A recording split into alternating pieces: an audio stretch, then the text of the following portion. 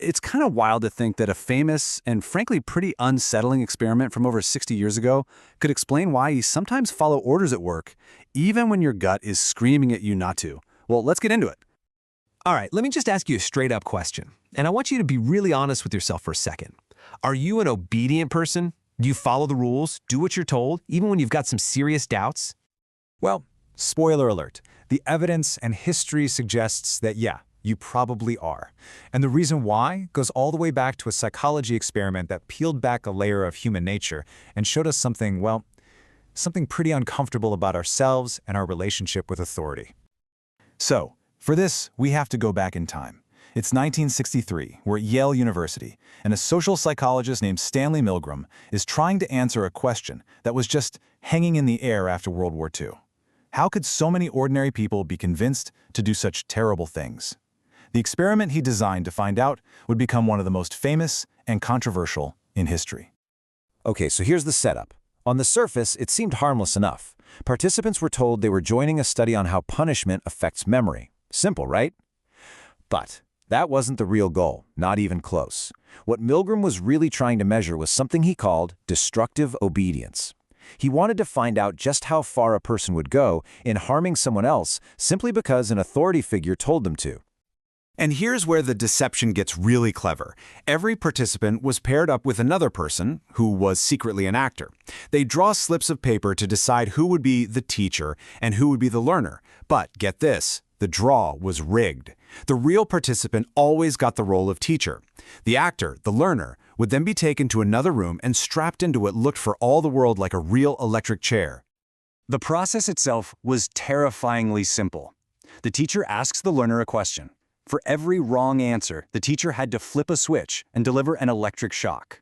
And here's the kicker. With every single wrong answer, the voltage went up by 15 volts, all the way up to a dial marked with a bone-chilling 450 volts. As you can imagine, as those dials ticked up, the teachers got more and more anxious. The whole experiment really hit a fever pitch at the 300-volt mark.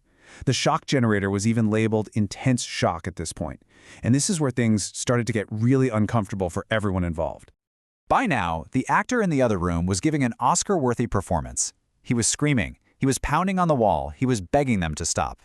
You can almost feel the teacher thinking, okay, thank God it's over. He's refusing, we can stop now.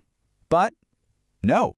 Right when the teacher would turn to the experimenter, the guy in the lab coat, the symbol of authority, and say they wanted to stop, he'd hit them with a few calm, rehearsed lines.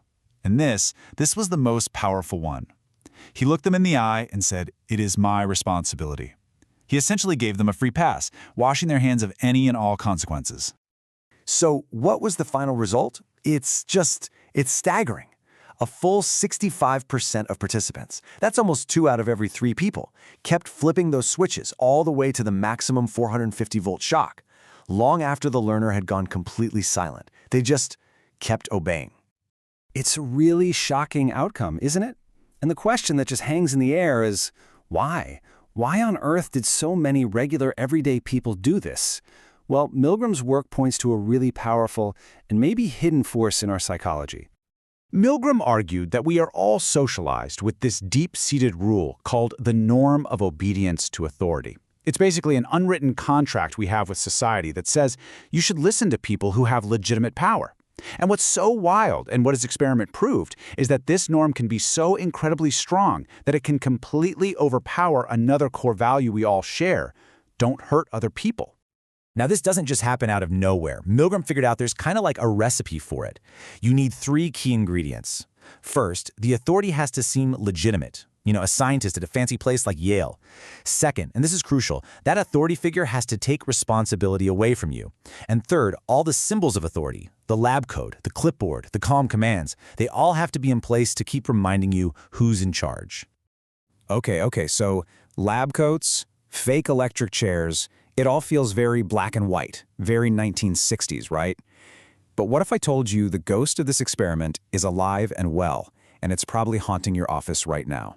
Let's connect the dots, because you're going to see the parallels are kind of spooky. Does that phrase sound at all familiar? I'll take the heat. This one's on me. I'll handle the blowback. This is the modern corporate version of the experimenter's killer line. It's your boss, your manager, putting on that symbolic lab coat and taking all the responsibility right off your shoulders. And you know what? It's an incredibly seductive thing to hear. It's so tempting. It makes it so easy to just comply, to sign off on that report you're not sure about, to launch that feature you think has problems. Because hey, the boss just told you, don't worry about it. This is on me. But the pressure isn't always that blatant. A lot of the time, it's way more subtle. It comes disguised in phrases like, the deadline is firm, or the whole team is depending on you. Notice how these don't say do something bad. No, they reframe your valid concerns as you being a problem, as you letting everyone down. And that brings us to the final, and honestly, the most chilling part of this whole thing. This kind of obedience, it almost never starts with some huge, obviously evil request. It starts with something small. Remember how the shocks in the experiment only went up by 15 volts at a time? It's the same thing in the office. It's a gradual escalation. It starts with a tiny, seemingly harmless ask. Hey, can you just polish up this data? Then it's something a little bigger. And each step you take makes the next one feel just a little bit easier. And this is the trap. It's brilliant in a terrifying way. By the time the request is something you know is wrong, you're already 10 steps down the road. And to object now doesn't just mean saying no to this one thing. It means admitting to yourself and to your boss that everything you've done up to this point was a compromise too. And man, that is a hard thing for anyone to do. So if there's one thought I can leave you with, it's this. Destructive obedience, it almost never kicks down your door and announces itself. It's not a shout, it's a whisper. It slips in quietly, one small, reasonable-sounding compromise at a time. Which brings us right back to that first question. Now that you know all this, the next time you're in a meeting and you feel that pressure, that little tug in your gut telling you to just go along with something that feels off, will you recognize it? Will you see the ghost of Milgram's experiment in the room with you? And the real question is, what are you going to do about it?